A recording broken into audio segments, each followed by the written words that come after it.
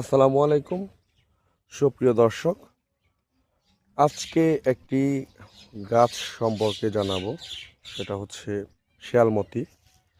শিয়ালমতি গাছ যারা ইতিপূর্বে দেখেন নাই,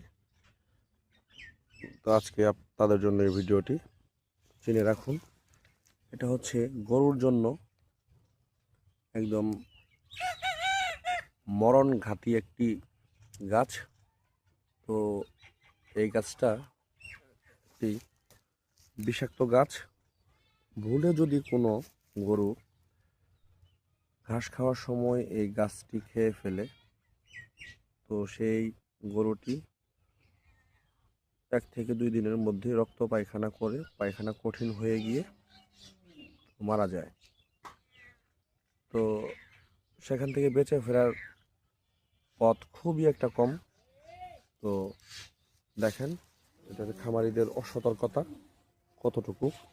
এই হচ্ছে গরু, এখানেই গরু, এখানেই এই গাছগুলো।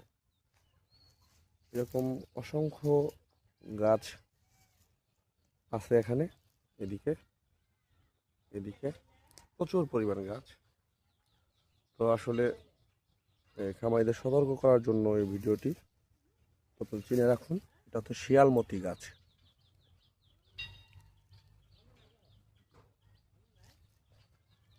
আপনার গরুকে এই গাছ খাওয়ানো থেকে বিরত থাকুন। কি ভয়ঙ্কর একটি গাছ!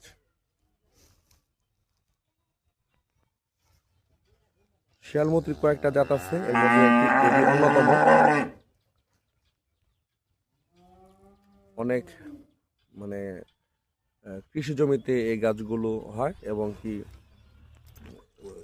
যেখানে কোনো হয় না, চাষ করা হয় না ভূমি, সেখানেও এরকম হয়, এবং চারণ ভূমিতেও এই গাছগুলো দেখা যায়।